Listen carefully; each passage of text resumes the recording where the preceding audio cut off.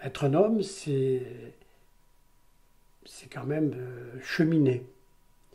C'est accepter de se tromper de chemin, de faire demi-tour, de reprendre le bon chemin. Je crois que j'ai découvert ce que c'était qu'être un homme en 2013 et en 2014, où je suis parti sur le chemin de Compostelle. Et en quoi ça t'a fait découvrir? Et j'avais lu une phrase avant de partir, dans un livre que je conseille à tout le monde, qui s'appelle Le vestibule des causes perdues, de Marion Monod, qui dit tu ne fais pas le chemin, c'est le chemin qui te fait. Donc je pense que voilà, quand tu arrives au bout, tu es peut-être devenu un homme, c'est même pas sûr. J'ai quitté ma zone de confort, je suis parti marcher, j'ai cheminé avec des intentions, des pensées particulières. J'ai traversé des belles régions, l'Aubrac, l'Aveyron, magnifique, Conques. J'ai traversé l'Espagne, la Meseta, où tu marches sans voir l'horizon, sans voir un arbre pendant des heures. Et là, tu penses partir à la rencontre des autres, parce qu'on n'est pas tout seul sur le chemin de Compostelle. Tu quittes ta zone de confort, tu vas à la rencontre des autres, et la seule personne que tu rencontres, c'est toi. Je souhaite à tout le monde de mettre un jour son sac sur le dos et de partir.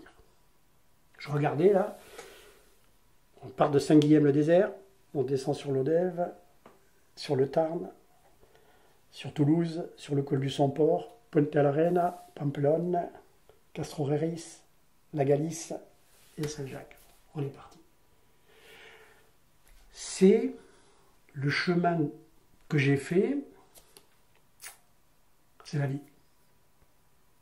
Et quand tu lis le fameux livre Le vestibule des causes perdues de Manon Moreau,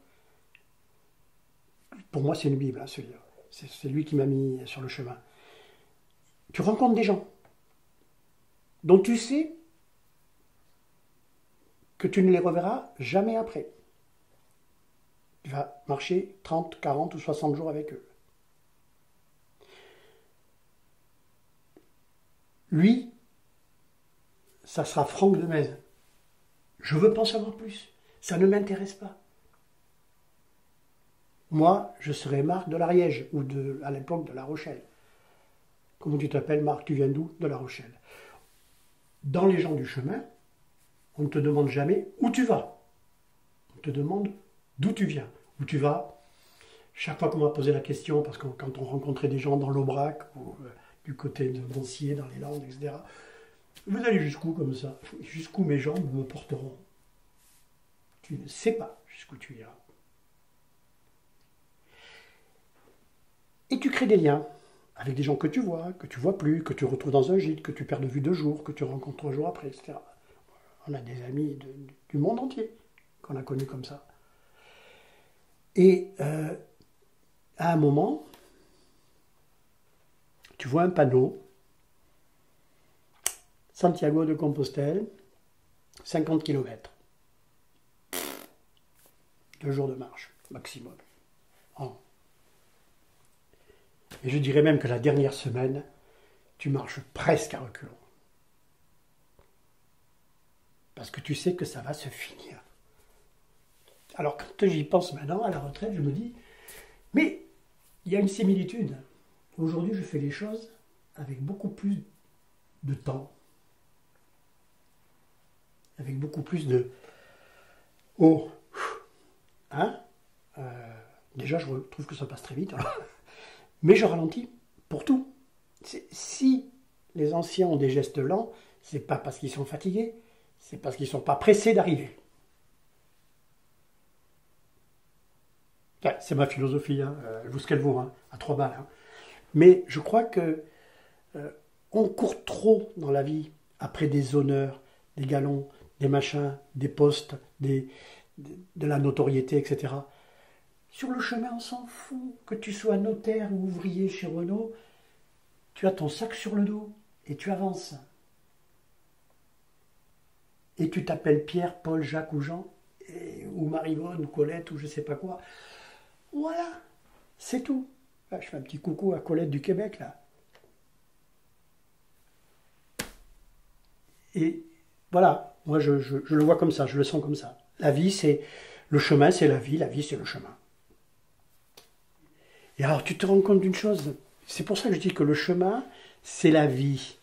Parce que il est arrivé des choses qui dans la vie t'arrivent aussi. Tu sais, en des moments, tu es dans une période où ça va pas, tu t'es planté, tu trouves plus ton truc, tu sais pas comment tu vas t'en sortir. Un jour, on n'était pas loin de Saint-Chély-d'Aubrac. On marchait depuis 7 heures du matin. 6h30, 7h, on démarrait. Et vers midi et demi, on arrive dans un petit chemin qui allait vers un hameau. On longeait un mur, ce qui était en fait, on n'avait pas remarqué, parce qu'on marchait, ton sac sur le dos. Il se met à pleuvoir. On dit, putain, il pleut juste au moment où on avait envie de s'arrêter pour casser la croûte. Qu'est-ce qu'on va faire? Et on a marché comme ça, en se cassant la tête pendant 25, 30, 40, 100 mètres peut-être. Pas plus. Et au bout de ce mur, ça tournait en angle droit. Et on a tant tourné, on a continué le chemin en tournant en angle droit. Et là, qu'est-ce qu'il y avait sur notre main droite? Une ancienne grange grande ouverte, avec plein de pèlerins qui cassaient la croûte, et avec un papy qui avait la maison en face, qui avait un thermo gros comme ça, et qui nous servait du café.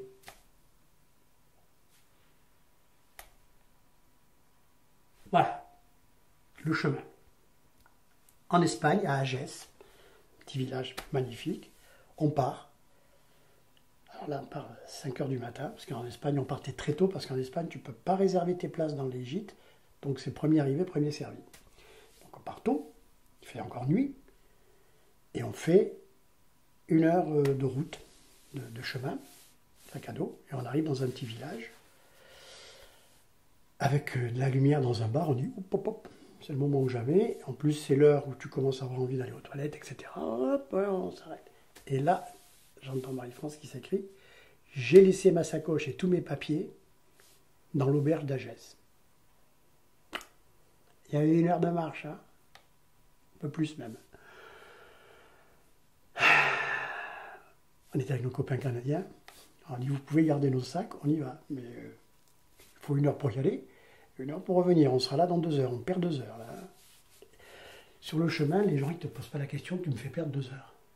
Ils te disent, vas-y, on t'attend. Déjà. Sur le chemin, tu ne rencontres que des gens bien intentionnés. C'est important. Hein. Quand tu rentres après, ça te fait drôle. Hein. Et on sort. Et au moment où on sort de cette petite auberge, il est quoi, 7 heures du matin, je vois un gars qui allait monter dans sa voiture. Je cours et je parle en espagnol avec mon espagnol à moi, qui n'est pas terrible, en lui expliquant qu'on a laissé nos affaires, on a oublié des affaires à Agès, que c'est à 4 km, que s'il pouvait nous y amener, ça nous ferait gagner du temps et tout ça. Et alors je baragouine. Il me dit, mais calmez-vous, je suis français, parlez-moi en français, ça ira plus vite. Je m'appelle Jean, j'habite dans les Landes, ma femme et ses copines, elles font le chemin, moi, je tiens l'intendance avec la voiture, je suis avec les repas et tout ça. Qu'est-ce qui vous arrive? Oh, ben, on a un sac en voiture, 4 km.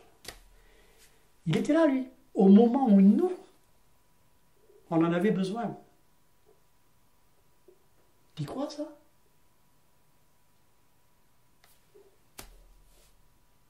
Et dans un pays où, bon, tu connais pas grand monde, tu fais que passer. Voilà. Ça provoque 2 choses.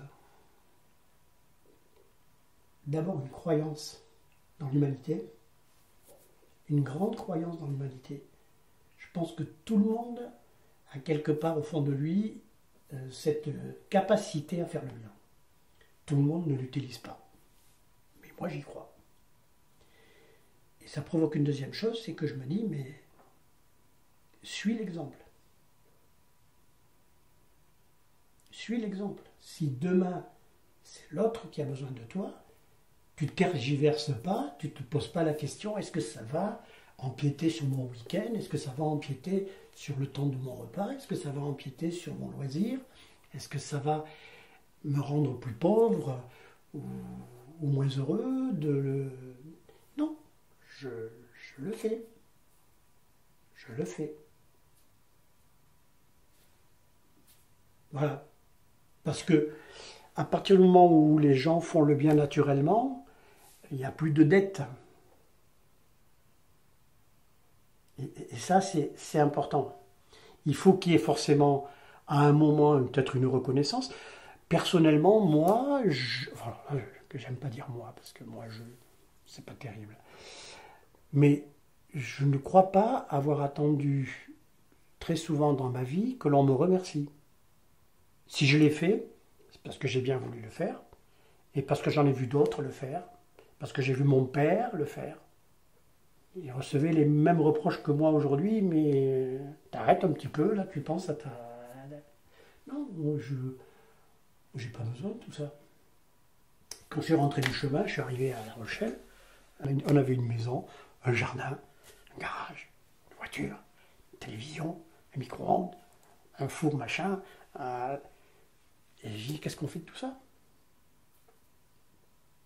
Qu'est-ce qu'on fait de tout ça? Pendant deux fois 35 jours, on a marché sac à dos, en se contentant de manger peu le midi et bien le soir dans une auberge avec 40 personnes autour de la table, et dormir dans un dortoir où on était entre 25 et 30. Et alors? Le poids du sac, tu l'as pas sur le dos. Tu l'as la première semaine. Mais quand tu arrives à Conques, ça fait déjà 12 jours que tu marches, tu sens plus rien. Alors tu cours pas. Tu marches. Et tu marches à ton rythme. Parce qu'à ton rythme, tu vas apprendre. Et si on est en classe ensemble, tu vas apprendre peut-être plus vite que moi certaines choses. Et tu vas donc avancer un peu plus vite. Et puis moi, je vais être derrière. Mais je vais comprendre et je vais continuer à avancer. Quand tu arriveras au bout, j'arriverai un petit peu plus tard, mais c'est pas grave. Parce que j'aurais pas envie d'arriver. J'aurais envie de continuer d'apprendre, de continuer à cheminer, continuer à savoir comment ça se passe. Je crois que c'est Paulo Coelho qui a écrit on parle jamais de départ, on parle toujours du retour. Mais si au retour, tu reviens avec l'espoir de trouver ce que tu as laissé, même si tu ne retrouves rien, tu pourras te dire que tu as quand même vu la désintégration d'une étoile. Et rien que ça valait le déplacement. C'est tout. Le peu de bonheur que tu peux donner, c'est du bonheur que tu prends. Tu sais, prendre et donner. Ah. Je me souviens de certains sentiers entre l'Aubrac et Saint-Côme-d'Olt. J'étais sur un chemin de crête tout seul. Jamais mon cerveau n'a autant fonctionné. Je ne regarde plus la société de la même façon. Je ne regarde plus... Voilà, ce qui a changé, c'est que je me suis rendu compte que peut-être j'avais un peu vécu avec une insouciance grave. C'est dichotomique, hein, insouciance grave. Mais ça existe. je peux le dire. Voilà, alors c'est vrai que quand on est pris dans la vie professionnelle et autres et qu'on avance, on emmagasine les choses et puis on ne fait pas le tri. Et certains vieux routards du chemin disent tu pars avec un sac bien plein, et tu dois avoir vidé ton sac avant d'arriver. D'ailleurs, on le fait. La postière de Figeac, elle rigole quand elle nous voit arriver dans le bureau de poste. Parce qu'on arrive tous pour déposer des objets qu'on avait pris en trop et qu'il faut renvoyer à la maison parce que c'est pas la peine de porter tout ça jusqu'au bout. C'est un symbole. tu pars avec... voilà. Alors certains disent, tu pars avec le poids de tes péchés, tu vas expier, etc. On n'est pas parti pour des régions religieuses, vraiment. Hein. On n'était pas dans ce truc-là. Mais n'empêche que quand tu visites certaines églises, l'église de Perse, dans l'Aveyron, qui est magnifique, la chapelle de Golignac, qui est magnifique, où tu peux tirer la cloche à ton passage pour dire je suis passé, tu as une émotion, tu as quelque chose. Tu as quelque chose. Quand tu rentres dans la cathédrale de Burgos, même si tu n'es pas religieux,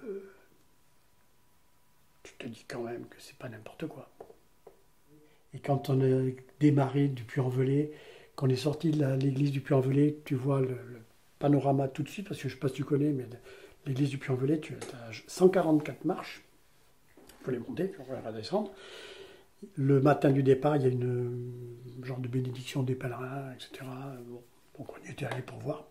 Et quand tu sors, tu as les 144 marches qui donnent dans la rue principale du Puy-en-Velay, mais en face, tu as les montagnes, tu as la Margeride, et tu vas par là-bas.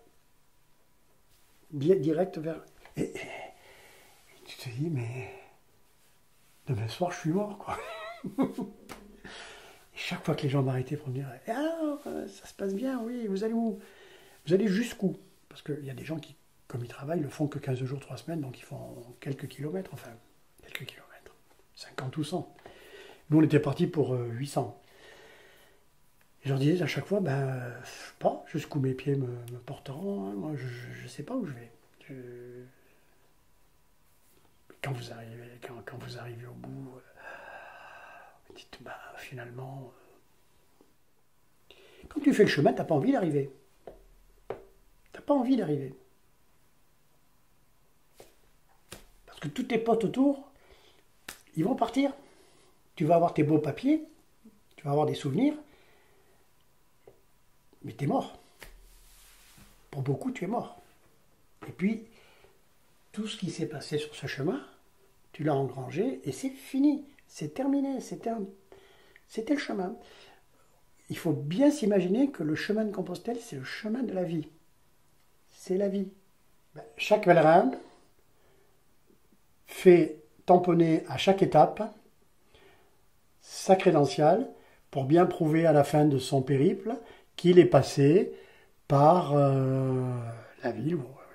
Voilà, là j'ai Castet-Arouille, l'Enclos à Marsolan, Mathieu, le gîte de Mathieu à Mancier, magnifiques arènes à Mancier. Voilà, la ferme d'Oboto-Aigua dans le Pays Basque, l'accueil des pèlerins à Lavarenx, la cité de Maison-Bouée à Lisan. Voilà, il y a tous ces gîtes de pèlerins de Bellardine à Arblade-le-Bas. Voilà. Alors ici, on doit avoir le départ. On a le départ ici du Puy-en-Velay. Et on a l'arrivée ici à Saint-Jean-Pied-de-Port. Et même chose pour la crédentiale espagnole. Dans ma vie d'homme, ce qui m'aura marqué le plus, c'est ça. C'est ce... Alors, je parle d'événements extra-conjugaux ou autres, hein, parce que, effectivement, la naissance d'un fils, le mariage, ce sont des moments de bonheur que tu n'oublies pas. Hein, tu as même des dates anniversaires plus importantes. Mais ça, en termes de vision du monde, personnellement, moi, je ne suis pas revenu indemne. Je ne me sens plus du tout la même fibre.